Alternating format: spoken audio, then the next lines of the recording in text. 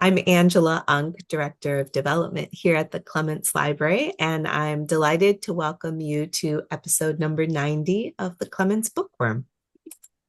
All right, just in case you're joining us for the first time, we do indeed use the chat. You're welcome to chime in. Just change the setting to everyone so that it shows up in everyone's chat box. But if you have questions, because we do use the chat so much, put those in the Q&A section so that they stay together. And you can also see other people's questions and upvote them so that they're in the order that, helps us know what people want to talk about.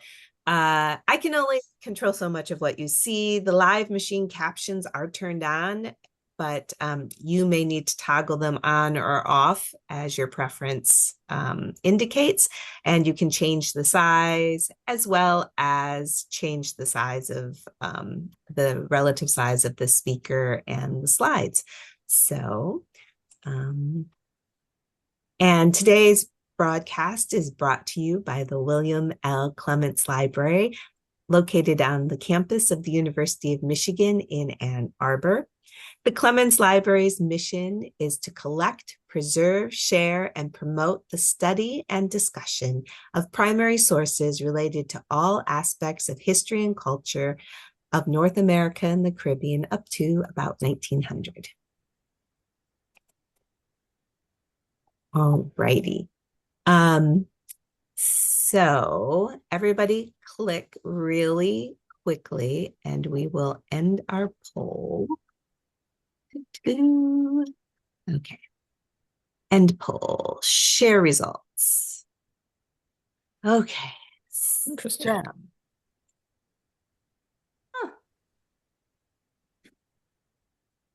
Well, Don James, as you pointed out for that first one, the fear of being buried alive and claustrophobia are very closely related. So I understand why those are tied. Yeah, it's actually kind of perfect because we can think of taphophobia as a more specialized version of claustrophobia. And if you love Edgar Allan Poe, as I do, you know that that is a recurring theme in so many of his stories: premature burial, Berenice, uh, Cask of Amontillado, and several others. Um, and uh, and yet, as I'll talk about more in a moment, Edgar Allan Poe was more interested in the phenomenon of mania than he was in phobia. And I think that's something kind of unexpected. You would think of him as the first person to go to for maybe where the etymology of the word would coincide with literature. Interesting. All right. So which fear made it to the top four people on this call? Ooh, fear of heights is first, and then claustrophobia, and then fear of public speaking. What do you think? Are those about right? Yes. Ah, yes, I'm scrolling down. Yes. And then there are the phobias that are considered our ancient phobias that have been with our species the longest. Phobias like thanatophobia, the fear of death, of course, astrophobia, the fear of thunderstorms. We can think of them being especially um, frightening in earlier moments when human shelters looked different, and nyctophobia, fear of the dark. So those aren't, in this list, but I think represent also the question of which phobias kind of connect humans across time. Nice. Thank you. All right. I'm going to stop sharing that screen. And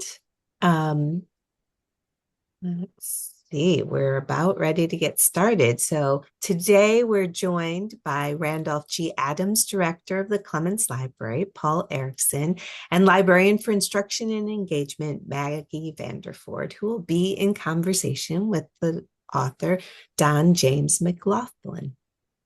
So I'll turn it over to Paul. Great. Thanks, Angela. And it is my pleasure to formally introduce Don James McLaughlin. Don James is an associate professor of English at the University of Tulsa and who I have known since 2015, I think. When he held a fellowship at the American Antiquarian Society. He holds a PhD in English from the University of Pennsylvania and an MA in English from Villanova University.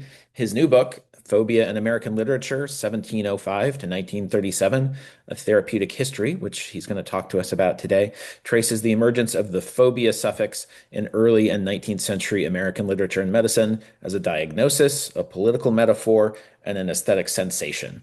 Broadly, Don James's scholarship focuses on 18th and 19th century literary movements in the Americas, the medical humanities, LGBTQ plus literature, queer health, disability narratives, and the history of emotions. So I will turn it over to Don James to tell us about his fantastic book. Thank you very much. It's an honor to be here today. There are so many people at Clements and the University of Michigan who I've known for a long time who've had an amazing influence on me, my work, and that I've had the pleasure of building friendships with. So thank you, Paul, for having me. Thank you so much, Maggie Vanderford. I've really enjoyed getting to know you over the last few years. And thank you also to Angela Unk and Anne Bennington Helber for help making this possible today. It's been great to get to know you as we put this program together. And then several other friends I just have to give a shout out to Scott Larson, Itai Orr, Jason Fitzgerald, and Sarah Ellen Strongman are some of my favorite scholars writing today. And so I've had some envy for the community at University of Michigan. I'm going to begin by giving you a brief introduction to my book.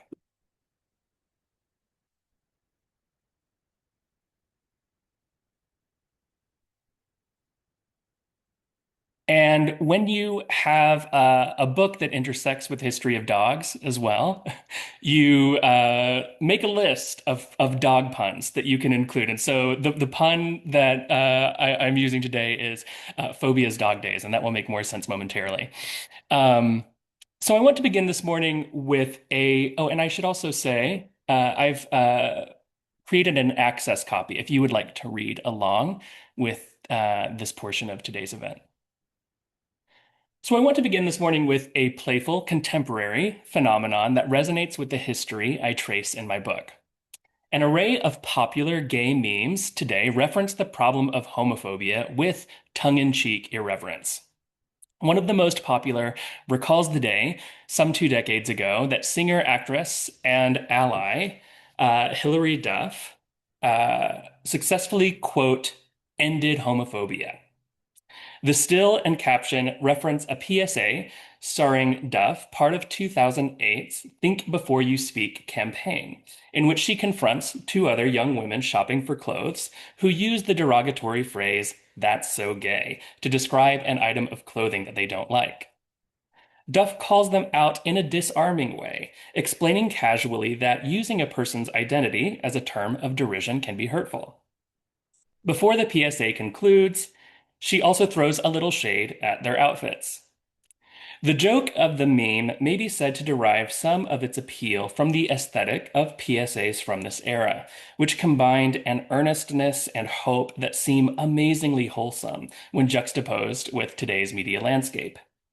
Concurrently, the joke, "This was the day Hilary Duff ended homophobia," resides in the actual persistence of homophobia. Homophobia has not, in fact, ended. So the meme somewhat ironically imagines an unreal alternative fantasy in which consciousness raising has effected an expedient blow, solving homophobia once and for all. And yet we need not think of the verb end as reducible to this same fantasy of finality. In fact, Duff did end some homophobia in 2008 by teaching fans to rethink quotidian expressions, and has continued to since by being a fierce and vocal advocate for the LGBTQ plus community. Thus, the sarcasm and sincerity coincide in the same move. The meme is as much a loving tribute to Duff's courage as it is a cathartic way of affirming collectively that the work of liberation remains incomplete. My book, Phobia and American Literature, 1705 to 1937, shows that phobia's etymology has depended on this vernacular strategic irreverence alongside the term's use as a genuine medical diagnosis for centuries. In the past, historians of psychiatry have generally traced phobia's emergence as a diagnosis to the coinage of agoraphobia in the late 1800s and the role of psychoanalysis and behaviorism in establishing its diagnostic purpose in the early 1900s. The assumption has been that phobia's political usage as a synonym of prejudice occurs still later, with the 20th century emergence of concepts like xenophobia, Islamophobia, homophobia, and transphobia. But in fact, both the medical and political appropriation of the suffix begin much earlier. This earlier neglected history that I recover reveals both points of commonality with contemporary uses of the suffix and surprising differences. For hundreds of years, the only major term to take phobia as a suffix, referenced widely in everyday speech, was hydrophobia, the Greek name for rabies, which became the dominant name for human rabies in English as well. And on this slide, you'll see an intricate wood engraving of a dog in the throes of hydrophobia, showing foaming at the mouth, saliva dripping from the tongue, a tail tucked between the legs, bristling hair, an agitated expression, and a torn rope dangling from the collar. And this is found in a veterinarian's pamphlet from 1840 at the American Antiquarian Society. Rabies went by the name hydrophobia because it was understood that the first and most self-evident symptom of the disease was a dread of water. Reliably, reported cases of human rabies revolved around this symptom, a maddening dread of water induced by painful throat spasms triggered when trying to swallow. And the way this becomes manifest is, let's say that a rabid dog bites you in your wrist. The rabies lyssavirus will travel up your neural pathways to the brain. You don't develop symptoms until it reaches the brain, and that's when the dread of water becomes manifest. Again, the virus causes painful throat spasms that are induced whenever trying to swallow. For early modern readers, hydrophobia thus conjured a portrait of fear in its most irrational and self-defeating form, very nearly an inversion of this life-sustaining sensation of thirst, except that the subject often desired hydration despite feeling powerless to accept it. Not until the late 1700s do we see a sudden surge in new applications of the suffix, where writers begin attaching phobia to a variety of objects, situations, and ideas. This etymological phenomenon illustrates what Rachel Walker has described as the expansive dynamism of science in the early national and antebellum periods. In her words, quote, an eclectic enterprise with diffuse aims and porous boundaries, which attracted college-educated intellectuals, lay practitioners, and amateur dabblers with a wide array of interests, specialties, and skill sets, unquote.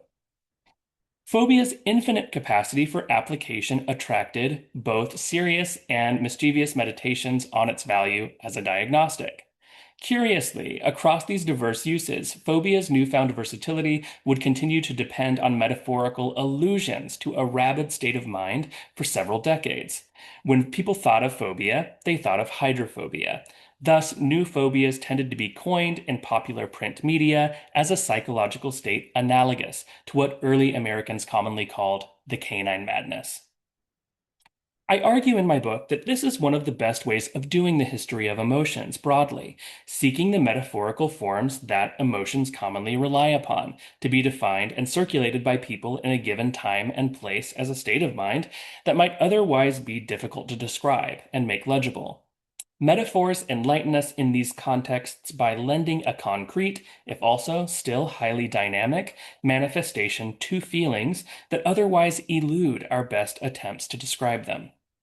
Phobia's etymology offers a remarkable example of this convergence of psychology and literary figuration. So in the book, I trace 6 valences of what I call the hydrophobia metaphor, and I'll go through these in this brief introduction today. So the first valence of the hydrophobia metaphor that's crucial to phobia's etymology is that through phobia's broader association with rabies, the suffix acquired a medical sensibility. Unlike other forms of fear, phobia functioned in language as a diagnosis of psychopathology. The second important association shaped phobia's temporality, a state I call lag time. The onset of rabies symptoms following the bite of a potentially mad animal involved a period of uncertain anticipation. During this lag time, in which one might or might not be on the precipice of falling prey to rabies, victims experienced indefinite anxiety. Many antidotes were tried: hydrotherapy, herbal antidotes, bloodletting, bezoars, and more. Still, it was widely understood that these were last-ditch efforts. Sometimes called a virus, yet in a context where virus denoted the concept of a poison as opposed to a microbe in the modern sense, the infectious agent consisting within a mad animal's saliva was notoriously deadly. Thus, the question revolved around whether the animal behind the attack was rabid, merely irritable, or sick with a different disease. Prolonged anticipation fractured one's experience of time. Though an incubation of multiple weeks was normal, physicians commonly reported multiple months or even years. A chronic dread awaiting the dread of fluids thus became a touchstone of rabies narratives and established a paradigm for the temporality that other phobias were understood to induce. And to consider an example of how common this fear of potentially developing rabies became, we'll look to an example by editor of The Atlantic, William Dean Howells, whose autobiography would treat his antebellum battle with uncertainty after a dog bite as one of the most formative incidents of what he called his, quote, morbid boyhood. After an attack in the 1840s, the young Howells began watching for signs that the fear of water was imminent. Quote, the splash of water anywhere was a sound I had to set my teeth against, lest the dreaded spasms should seize me, unquote. He goes on, waking in a sort of crisis one day, he decided to put his anxiety to the, quote, test of water suddenly dashed from a doorway, unquote. Howells believed it was the anticlimax that followed, when the predicted convulsion failed to materialize, that marked a turning point in his life. The moment he realized that, quote, it was not the fear of that malady which I was suffering, but the fear of the fear, unquote. And we can imagine that even though death by rabies was not frequent in these periods, certainly more frequent than today, but still not very many people died of rabies. The ubiquity of this fear stemmed from how common it was to be bitten by a dog. And then because we didn't have vaccination in these earlier centuries, because we didn't have ways of testing for it, people had the only option of living and waiting to see whether the symptoms would surface or not. One of the most complex questions facing historians of medicine in earlier periods is what physicians and laypeople understood about the contagious nature of certain diseases before widespread acceptance of germ theory. An ancient disease, rabies presents a curious example, in that it has been obvious for thousands of years that the bite of a mad dog can transmit a terminal disease to the person attacked. Rabies thus offers an ancient reference point for the development of a genre that Priscilla Wald has called the outbreak narrative, defined as, quote, a formulaic plot that begins with the identification of an emerging infection, follows networks of communication, and chronicles the epidemiological work that ends with its containment, unquote. As a site of potential outbreak, hydrophobia became an important template for conceptualizing what Teresa Brennan has called the transmission of affect. And to give an example of this, here on the screen, we have two of my favorite illustrations in the book from Frank Leslie's illustrated newspaper, both published in the 1860s, which play with this idea of affective transmission. In both cases, what's being pictured is not actual rabies, but a performative case of rabies.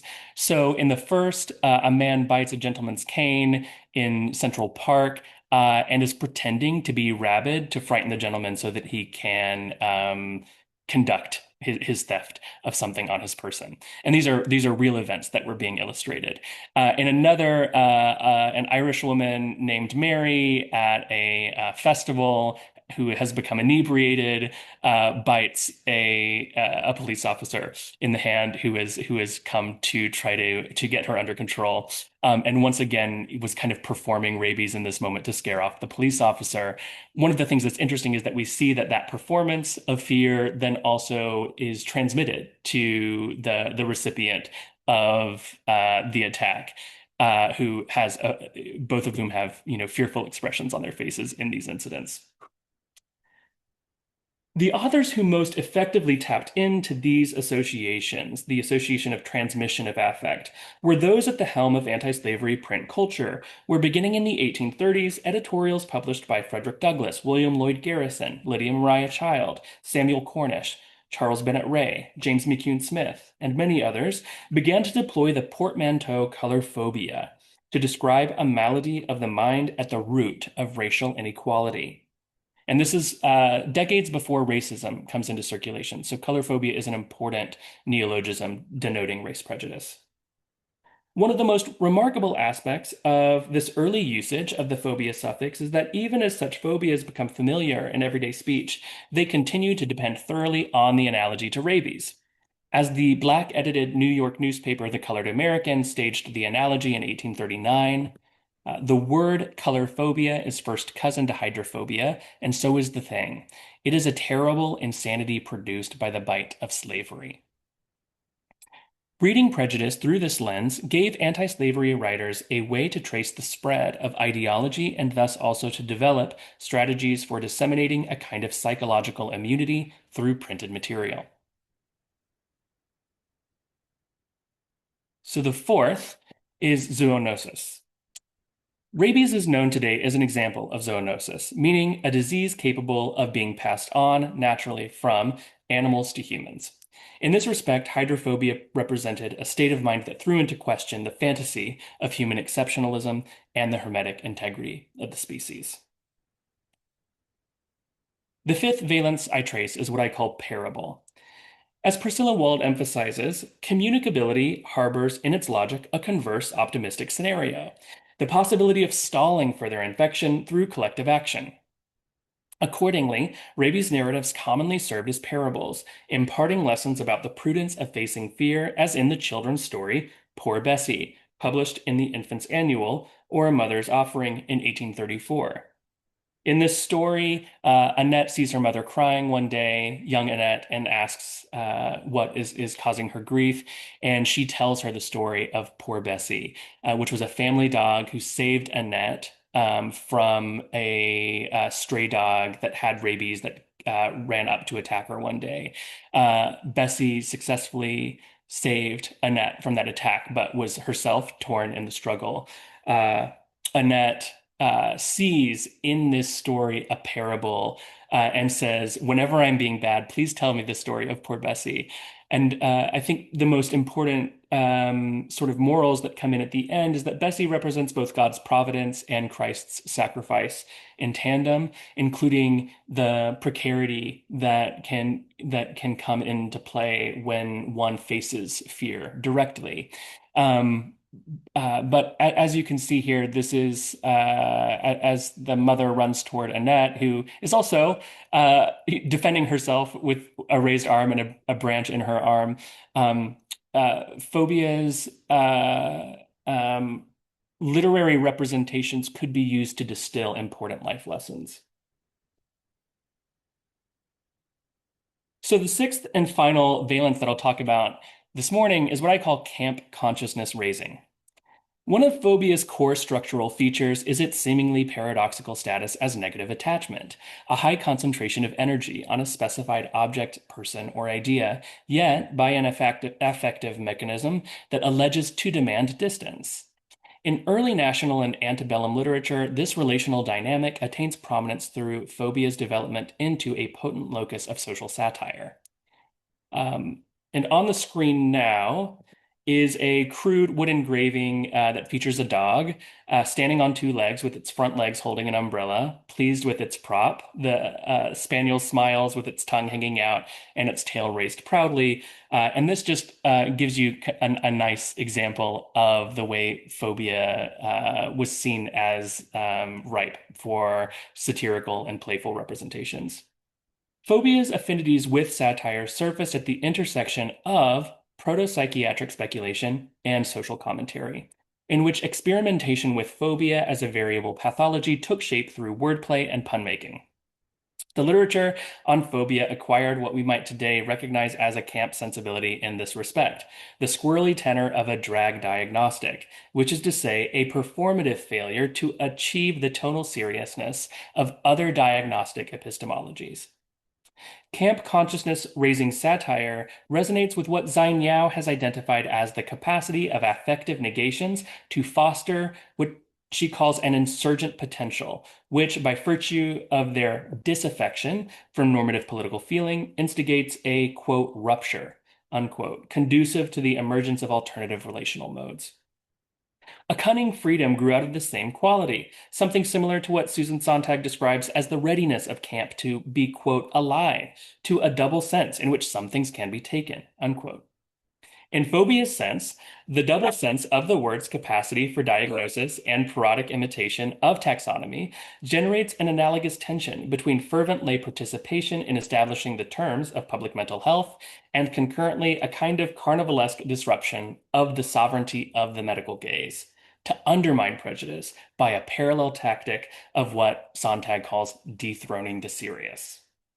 Examples in early national print media are countless and fall variously along a spectrum between sincerity and hilarity. Among them, liberty phobia, government phobia, taxophobia, corporation phobia, verophobia, dread of truth, Britannica phobia, Gallophobia, aversion to the French, Aaron Burr phobia, and state paper phobia. And this returns us to the contemporary example of the Hillary Duff ended homophobia meme from 2000, referencing her PSA in 2008. Dethroning the serious enables a reading public to raise consciousness in ways both playful and disarming. My book argues that it is through these six figurative coordinates that it becomes possible to recover the distinct connotations phobia comprise at the advent of its first proliferation as a variable suffix.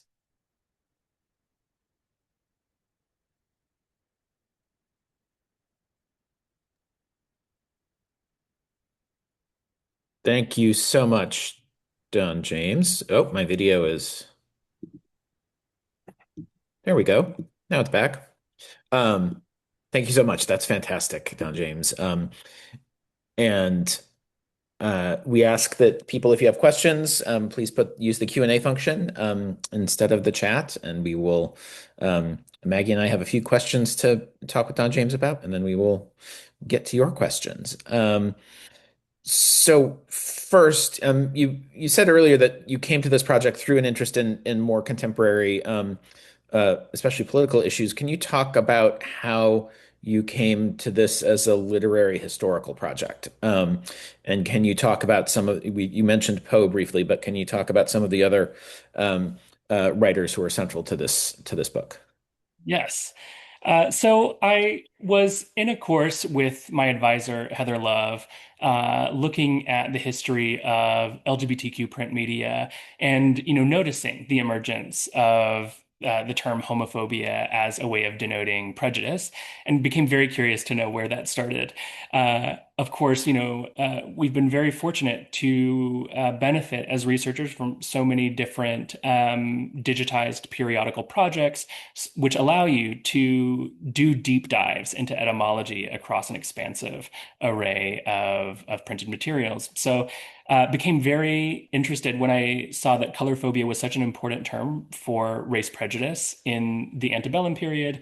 Also, of course, became curious when I saw how metaphorical and playful the use of that concept was, the way it conjured a picture that helped, I think, depict pro-slavery as, as the source of a disease that was poisoning the body politic. So then went back further. And one of the things that became interesting to me is, and I argue this in chapter 2, is that I think the first phobia that looks like how we use the suffix today, which is to say, not rabies, in the same way exactly, not a symptom of a disease, but rather a psychological state that can be recognized as pathology, as a kind of self-sufficing state of mind, was what they called spontaneous hydrophobia. Spontaneous hydrophobia was a form of hydrophobia that could not be traced back to an attack by a rabid animal. So then the question is, well, how did this patient develop hydrophobia if there's no original attack? And I can't emphasize enough how important this and widespread this conversation around spontaneous hydrophobia becomes in the 1700s and into the 19th century. Uh, in some cases, it was about a kind of humoral theory, right? It's like the possibility that heat has caused a humoral imbalance in the body, and that disease has thus emerged of its own accord. And this was a theory about how dogs could contract rabies as well. But others started to wonder whether there were instances where being too preoccupied with the fear of developing hydrophobia caused the person to develop psychosomatic symptoms uh, on their own. And of course, this is something we see starting to happen in the William Dean Howells example, right? Where he became afraid of the water because he was afraid that the dog bite would later turn into the disease itself. So spontaneous hydrophobia becomes, in my argument, the first phobia again to represent a state of psychopathology that is self-sufficing, that is not a symptom of some other infectious disease, but is its own psychological problem that needs to be dealt with in a particular way. A great example of how this enters literature is George Lepard, who is a friend of Edgar Allan Poe, of course, and someone I know Paul and I are both fans of. In his Legends of the American Revolution, Lepard tells this amazing story of spontaneous hydrophobia, where this dejected ensign named George Murray volunteers to be a spy at the request of George Washington himself, to cross enemy lines and try to get some intelligence. And so he, masquerades as a British soldier, crosses enemy lines, is immediately um, apprehended, promptly tied down to a keg of gunpowder, and told that if any drop of sweat, comes down his forehead, that they will know that he's a traitor and deserves to die. So Murray, interestingly, does not sweat at all. They still distrust him through a series of events. He is liberated, and then it turns out that the day he volunteered for this spying mission was also his wedding day. He makes it back for the wedding. But when he's trying to take a sip from a ceremonial goblet at his own wedding, he freaks out. He dashes the goblet to the ground. His bride, Isabel, is flabbergasted, has no idea where this is coming from, and they retreat to a private room where he then tells her the story of his life, which is that he had, as a boy, been bitten by a rabid dog, and then a local healer had told him that he would go mad on the ninth hour of the ninth day of the ninth year. So it turns out that this day of his wedding is also the ninth day of the ninth year. Uh, Isabel starts, thinking about how to help free him from this fear. She realizes that fear is a pathology in its own right. She had heard of people who lived their entire life with the fear of death. Others, living their entire life afraid that they're going to contract a disease. And she says, George, drink for the love of me, drink. And thrusts a glass of water in his face. George drinks the water, and then falls sobbing on Isabel's bosom. And George Washington himself comes through the door to witness this loving embrace at the last moment. And what this represents is a real thing that people worked through in the time, which is that when you have a fear of disease that becomes so debilitating, it consumes your thoughts to the point of actually inducing psychosomatic symptoms. How do we liberate our mind from that false state of fear? Um, in Isabel's case, it is by it's a kind of talk therapy moment before talk therapy is coined, where it's that sort of confessional moment, that trust that then allows him to trust her exhortation that this is something that you can overcome. So that's just one early literary example that I explore, but is really crucial, I think, to this kind of transition into the variability of the suffix, right? Where people are starting to think about how phobia can, for people, attach to all of these different situations and ideas, and thus requires a very particular sort of therapeutic solution that is um, focused particularly on diseases of the mind. Thank you so much. And yes, everybody should read George Lepard's Legends of the American Revolution for its true and factual account of the nation's founding. So throughout your remarks, you've been using the words aversion and phobia kind of interchangeably, but to most people today, those words mean really different things, right? Aversion is different from fear. If somebody asked you the question, "What do you hate?" it would not be the answer would not be the same as the answer to "What are you afraid of?" So, can you talk a little bit about the linkages and differences between how people in early America talked about aversion and phobia? And clearly, in the use of color phobia, they're talking about it as a form of hatred, not necessarily of fear. Sort of how are those two things connected, and how are they different? Very important question. And I think it's interesting that, on the one hand, of course, fear and hate are very different things and need to be understood as distinct. On the other hand, our contemporary uses of phobia as a word can indicate both. And as you're, suggesting, the way we continue to use phobia as a synonym of prejudice today is different from what it means to be diagnosed with a specific phobia, according to the DSM. We find these slippery meanings in the past as well, and I'll give a couple of examples. So in one characteristic instance, and I think this is where phobia is used to indicate something like hate, uh, we find Thomas Paine referencing this discourse in a widely printed 1802 letter addressing apprehension about his return to the United States following his involvement in the French Revolution.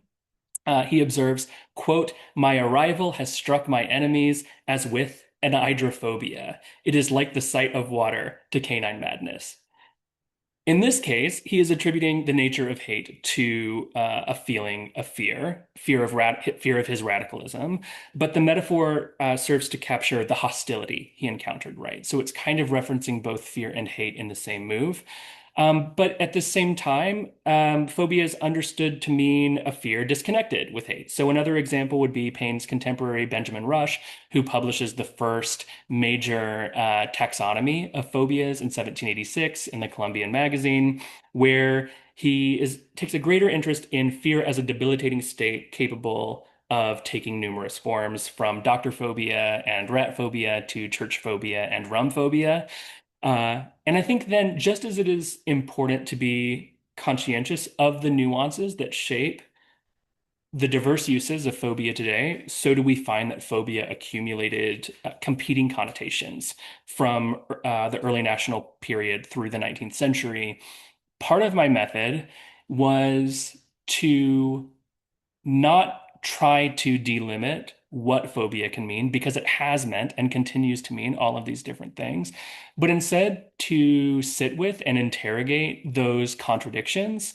And I think this is a valuable way of doing the history of emotion broadly, is being willing to sit with that accumulation of contradictions, not simply take it in, certainly also interrogate it, but to do so in a way that I think then can be a path to clarity on what phobia means in particular contexts. One thing that you are so good at doing is making lists of things. We have seen a little bit of that in your lists of phobias, but writing the list is an art, in my opinion. And I want to ask you about one of the lists that you mentioned in your introduction, because in the book you say that you're not just interested in sort of well-known literary histories, but also in looking at things like objects that bridge literary and medical history. And in this list, you include things like an array of printed materials and objects like anti-Stamp Act teapots, dissident tracts, half-baked magazine nomenclature, serial cliffhangers, lithograph cartoons, satirical serums, decadent frontispieces, photomicrography, mail-in manuscripts, surveys, and Art Deco taxonomy, which is just so good. And I'm hoping that you can talk a little bit more about what role objects like that play in a literary history and anything else you want to share about your approach to the types of materials that you used to tell this story. Yeah, thank you so much. One of the important pieces of my framework is that I think we've neglected how early Americans understood material texts to possess therapeutic powers and medicinal properties. So in the book, I try to expand our comprehension of this familiar concept in medicine, materia medica, which is the Latin name used for the body of knowledge and remedies available for use at a given moment. Translating as medical material, it tends to invoke pharmaceuticals. That's how we think of the concept today. But I think the materiality of healing, as I'm suggesting, included material texts as well, including the ones that you just listed. So the first half of each chapter in my book starts by recovering a medical conversation, and then the second half of each chapter looks at a material text or several material texts that were utilized in ways that were designed to harness the influence of the word and that materiality on a reader's psychophysiological well-being. And I think this became a pattern of developing creative bibliotherapies to solve democratic crises. So one of those examples comes from, and this is something I discuss in my epilogue. So this is a remarkable book by John Vassos, the New York illustrator from 1931 called simply Phobia. And this is an Art Deco taxonomy of phobias. And they're quite stunning. So I encourage everyone to check them out when you have a chance. One of the interesting things about Phobia is that Vassos dedicates it to Harry Stack Sullivan, who is one of the most important American psychoanalysts of the early 20th century, also a closeted gay man who had a very complicated relationship to his own identity. So, on the one hand, in private circles, it was known he was gay. On the other hand, he presented a more conservative image that helped him preserve forms of privilege that would otherwise have been compromised. So that includes in 1940 and 1941, he became involved in determining who was fit for service during World War II, and famously developed policies for excluding gays and lesbians from the military. So I think one of the interesting things about that dedication is I think that Vassos recognized before we had this concept of internalized homophobia available, I think Vassos recognized that that was a big piece of his friend's psyche. And I think that's part of why he dedicated the book to Sullivan. A big argument he makes is that puritanical ideas of sexuality, which cause us to inhibit our orientations and inclinations, start to catch up with us over time and then manifest as other phobias that are debilitating. An interesting piece of their friendship that also deserves mentioning, I think, is that Vassos created this really amazing emblem, an insignia for Sullivan, which was a white horse and a black horse entwined together in a circle. And this spoke to Sullivan's own psychoanalytic theory that a split self is often characterized by the interiorization of a social barrier that disconnects the conscious mind from the unconscious mind. And this insignia is clearly playing with that piece of Sullivan's theory, but also I think, became Vassos's way of trying to help his friend work through that same sense of split subjectivity that he grappled with across his life. And I think that for Vassos, it was that Art Deco style that allowed for representing modernities inclinations towards those states of split subjectivity and phobic debilitation that made it such a valuable sort of therapeutic resource. Yeah. Thank you.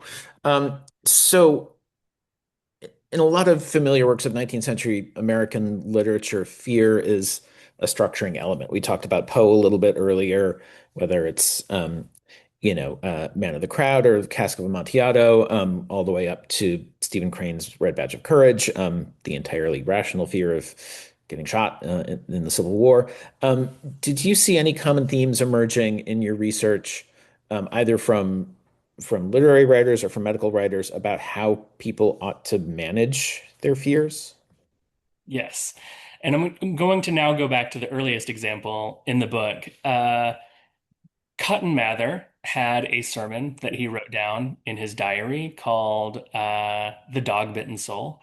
And The Dog Bitten Soul is his exploration of how hydrophobia works on a spiritual plane and is an example of how heavily influenced Mather was by the Flemish physician Jan Baptist van Helmont, who believed that the way rabies and many other diseases work is that a ferment pierces the spiritual fabric that ties the body to the soul.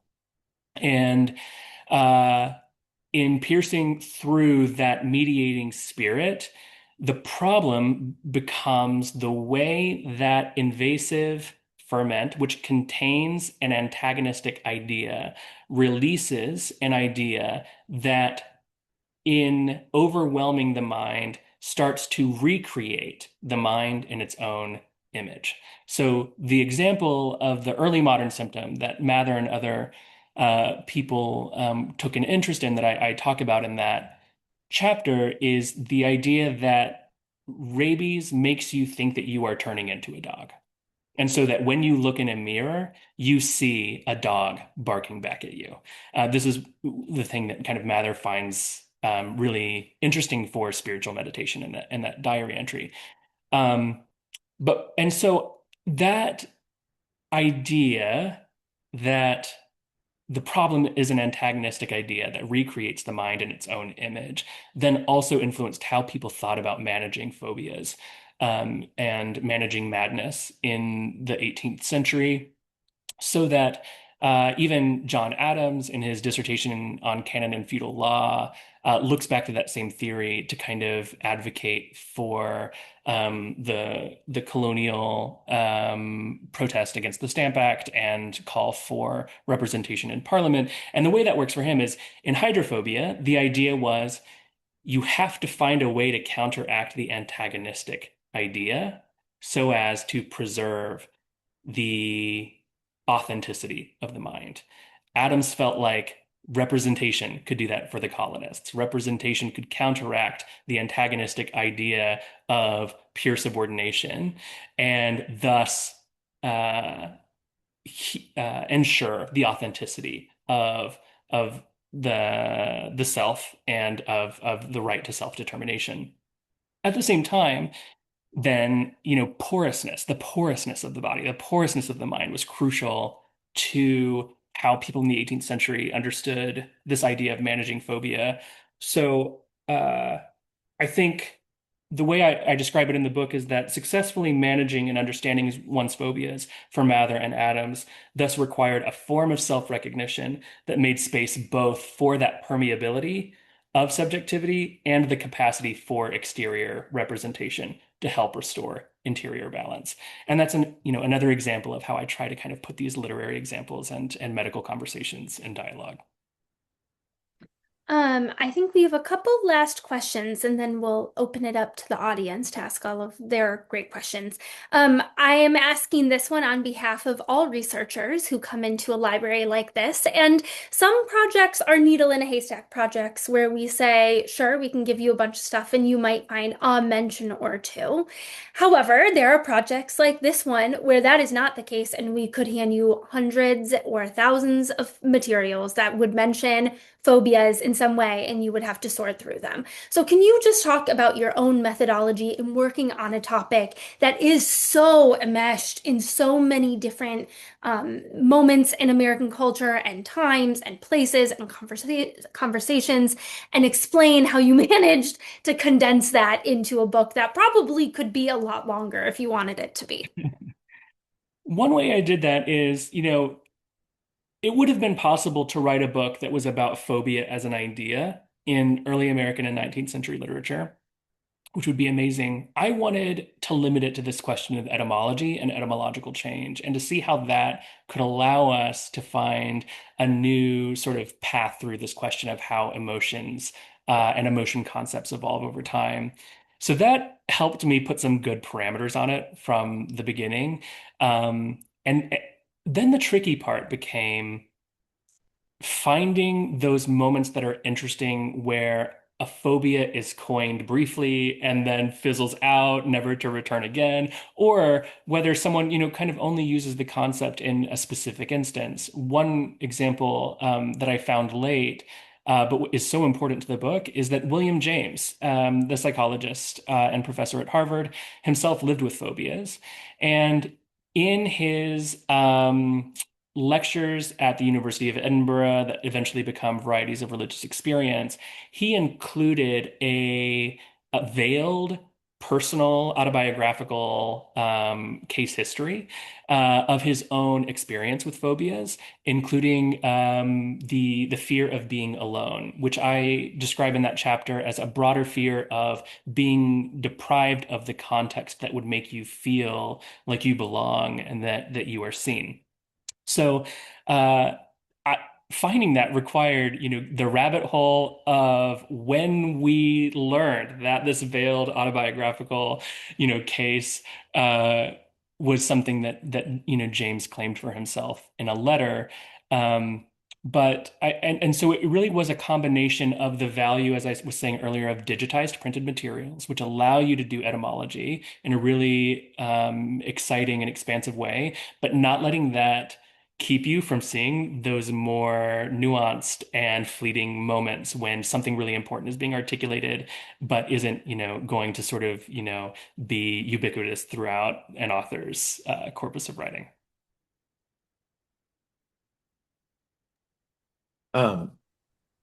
That's fantastic. So we have some great questions in the Q&A. So I will turn things over to Angela for some housekeeping, and then we can dive into those. Great. Thank you. This is so interesting. And it looks like we've got some great questions coming up as well. So I want to mention that our current exhibition celebrates the 250th anniversary of the publication of Thomas Paine's Common Sense. Revolutionary Pain is a student-curated exhibit at the Clements Library, and you can view that in person from noon to 4, Monday through Friday. And please note that it closes on May 8th if you'd like to see it in person. We do have a couple of upcoming tours. So if you're in town for graduation or other things, we'd love to see you at one of those tours as well. Okay, and then later in May, we have our What's in Your Attic program. And so if you're in the area, this is a really fun Sunday afternoon where we invite everyone to bring in their paper historical objects and talk with curators and other collector volunteers. No appraisals are offered during this event, but it's a nice time, especially if you have family papers or things like that, to ask questions about the time period or care of an object. And so we hope that you'll be able to join us for that as well. Coming up next month, we have author Derek O'Leary, and he'll be talking about how U.S. archives and the historical narratives built from the documents they preserve were shaped by an international context that informed both their origins and their meanings. So we invite you to join us next month. Once you're signed up for the Bookworm, you receive an email reminding you of the upcoming Bookworm, and you can choose to watch live or to wait for the email that comes out on Friday afternoons with the link to the recording. If you've missed past bookworms and want to check out the list, our YouTube channel has all of them. And of course, if you're interested in sponsoring a future episode of the Bookworm or supporting the Clements financially, we'd always be delighted to welcome you as a Clements Library Associate. You can always reach out to me with any questions that you have. All right. Thank you, Angela, and thanks everybody for your questions. And apologies if I am distracted. Our dog is experiencing her phobia of people working in our yard. So there's a lot going on. First question is from Tom. How are phobias related to paranoia in early America and how people talk about different kinds of fear? That is a great question.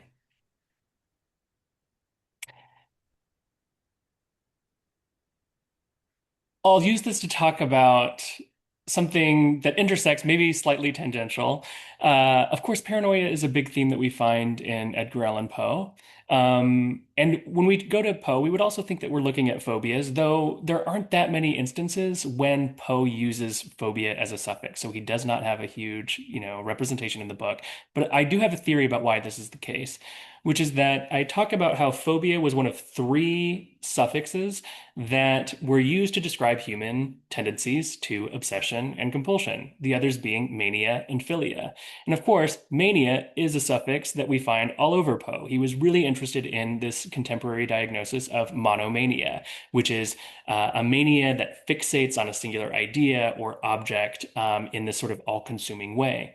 Interestingly, mania in the 19th century comprises feelings of both obsession and attachment and fear a lot of the time. So often when we see monomania in Poe, it also is describing something that includes fear and paranoia. So I think monomania is a really important place to look for what we call paranoia today in that sense, where it's a part of this sort of network of emotional obsessions that are not limited to sort of one affective register, but often kind of incorporate several at the same time. Thank you. Rachel Walker had a question that's in the chat. So what are some of the benefits and also some of the drawbacks of reframing fear, but also hate or discrimination as a disease rather than as a moral condition? Yeah. Thank you so much. It's great to know that one of my favorite scholars is in the room.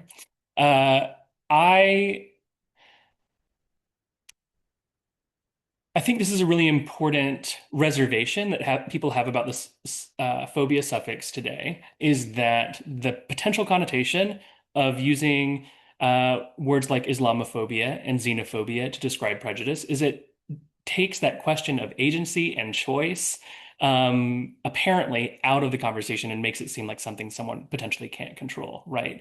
And I think that that is the biggest danger to that pattern. But this is also where the satirical dimension of phobia comes in, which also, as I was saying earlier in dialogue with Zine Yao and Susan Sontag, is also about dethroning the seriousness of the diagnostic in a way that also allowed writers to be more honest about how prejudice and hate work in the public sphere. So it's a very multifaceted concept. One of the most interesting things we find is that abolitionists like Frederick Douglass in the North Star are interrogating this discourse at the same time that they are applying it. So Douglass's printer, John Dick, has an article called Color Phobia: Who Are Its Victims?, which is about reminding us that if this discourse is portraying the aggressor as the victim of some psychological malady, we're using it in the wrong way, and thus, asking readers to use it in a much sharper sense to be able to kind of disentangle all of these sort of affective dimensions of how prejudice operates. So Jane has a question. She thought it was interesting that the images you showed for the outbreak narrative are from 1868, so just after the end of the Civil War. Can you draw any connections regarding the concept of phobia with the mood of the nation during a time when, the entire public was grappling with the enormity of the loss that the war generated? Yes. Uh, Absolutely. You see the discourse continue to grow. So thousands of anti-slavery writings from the 1830s through the 1860s deploy this rhetorical tradition. And then that continues to grow and deepen and become much more sort of nuanced in the context of the war as well.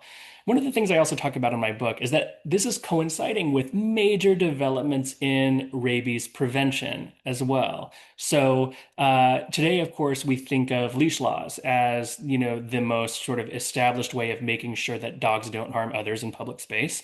In the 19th century, it was actually muzzling ordinances that transatlantically became incredibly important to preventing the spread of rabies. And if you look at cases from Berlin to New York to Chicago to England to Singapore, you find that actually, even though we might not agree with that from sort of an animal welfare perspective today of how muzzles were used in that moment, they were actually quite efficacious in helping to limit the spread of rabies.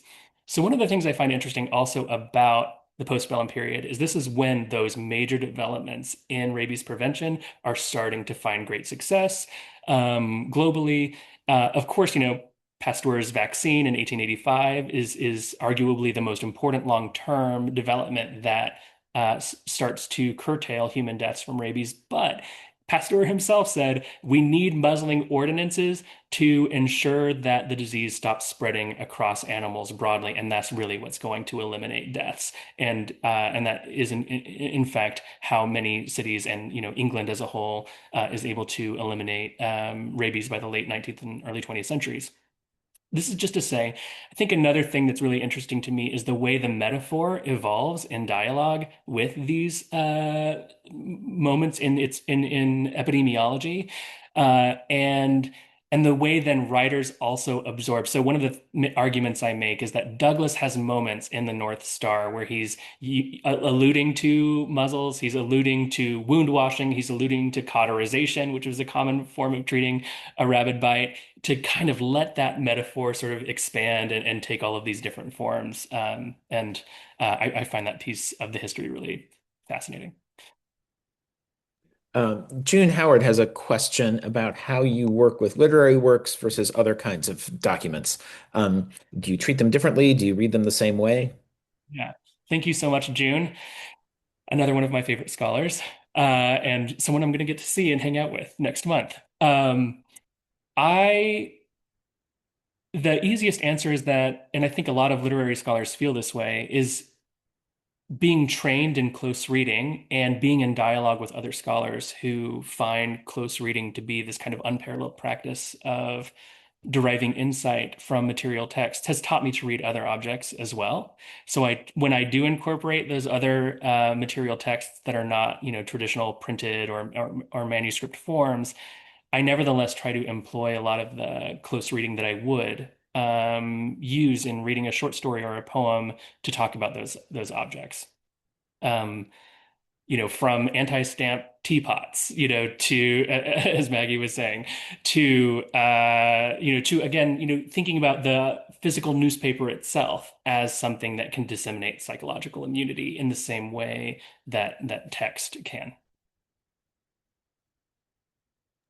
So Chaplin has a question about color phobia and would like to read more about black codes and segregation as a way of avoiding integrated society. And so I think the bigger question is sort of how does segregation and other legal strictures around mixing of races in public spaces either reflect or shape what you're talking about as color phobia. Mhm. It's really interesting.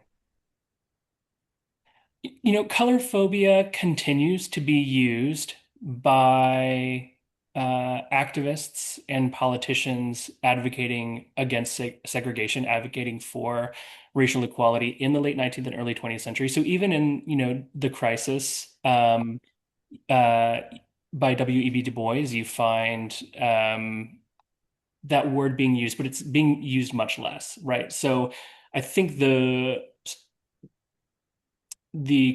critical mass of color phobia's usage as a term denoting race prejudice does happen in the antebellum period, and other words take over later. It's an interesting also development that we can think about in the present. Some ways of addressing prejudice, like racism and misogyny, do not rely on this same sort of affective theory of how fear, when it festers, can cause hate to spread unchecked. But of course, then we do rely on other words today still to denote prejudice in that way.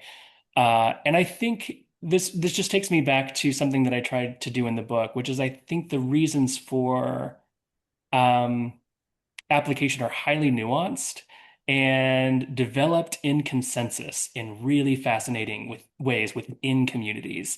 And so, in part, I think we moved away from phobia and talking about misogyny and racism because maybe it didn't feel serious enough for the seriousness of those problems, those social ills. And we needed new ways of talking more expansively about how those ideologies operate. Whereas in other cases, and I think it's no accident that in LGBTQ liberation history, homophobia and transphobia feel valuable in part because they do enable that playfulness, that kind of tongue-in-cheek irreverence that is really important to the community as well. And so, that's why the Hillary Duff meme takes off, is because it feels like such a perfect way of distilling both the value of intervening at the right moment, and if someone is saying something in a way that is hurtful, finding a way to acknowledge it, but also doing so in a way that's maybe campy and disarming, and actually makes people feel like they're part of a broader conversation that is enjoyable and gives and aligns with their way of being in the world. So Rachel has a question that's kind of a follow-up to this. Did anti-slavery activists in the 1840s and 50s draw any connection between hydrophobia and color phobia and the promotion of muzzles and the gag rule in Congress that prevented legislators from talking about anti-slavery legislation? That's fascinating. Now I wish I had found a way to write about that in the chapter. This is, one of those things. When the book is published, then another great idea comes along and it's too late.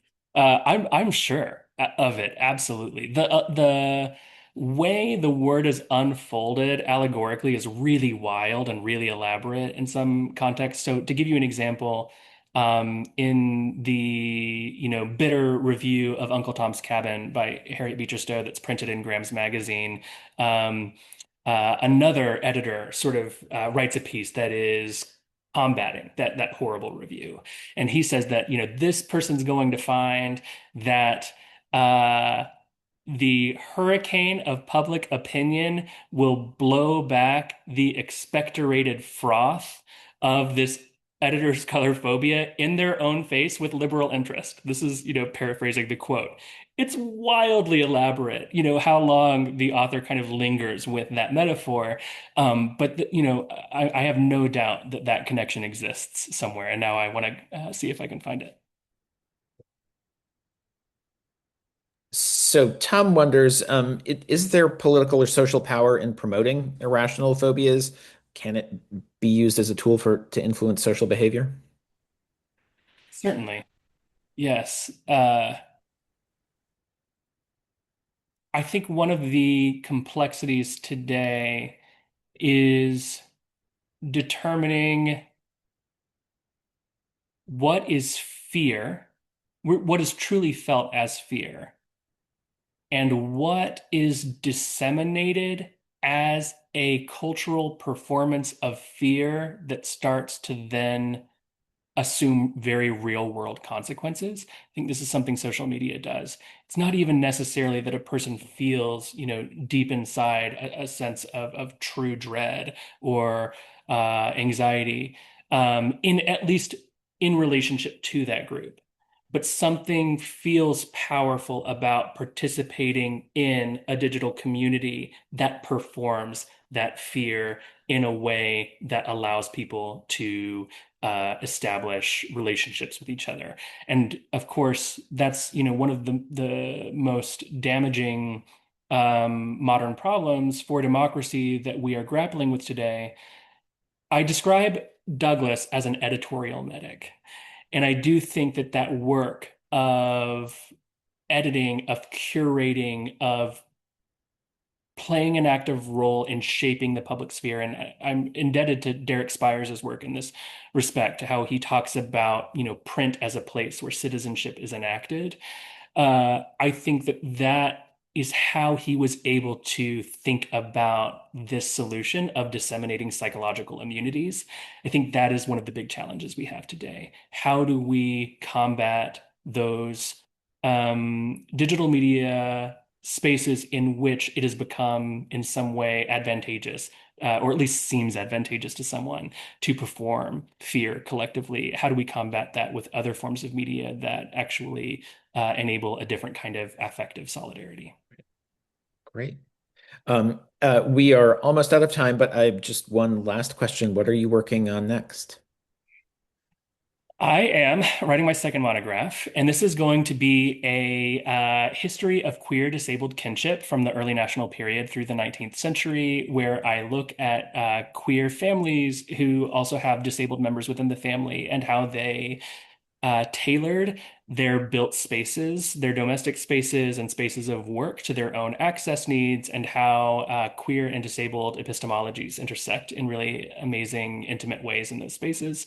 So, an example is Charity Bryant and Sylvia Drake, who lived together in Vermont for 4 decades, had a tailoring business together. Charity suffered from chronic pain. So a family member built them what was called an adult cradle. This is an adult-sized baby cradle that was used to soothe pain in the early national and antebellum periods. And we have records in Sylvia's diary of them rocking one another in this cradle as the other did their tailoring work. So I really love those intimate portraits of queer disabled kinship that are very much sort of attuned to the immediate needs of the people within those families. Great. Well, that sounds very exciting, and reminds me of Rachel Hope Cleave's great book on Charity and Sylvia. Can't wait to see it. And Angela, I will turn it over to you. All right. Thank you, everybody. Thanks, Don James. Oh my gosh, that was really thought-provoking, and I'm definitely going to be thinking about this talk a lot today. So, well, everybody have a great weekend. Thanks for joining us, and tell everyone you know about the Bookworm. Thank you so much.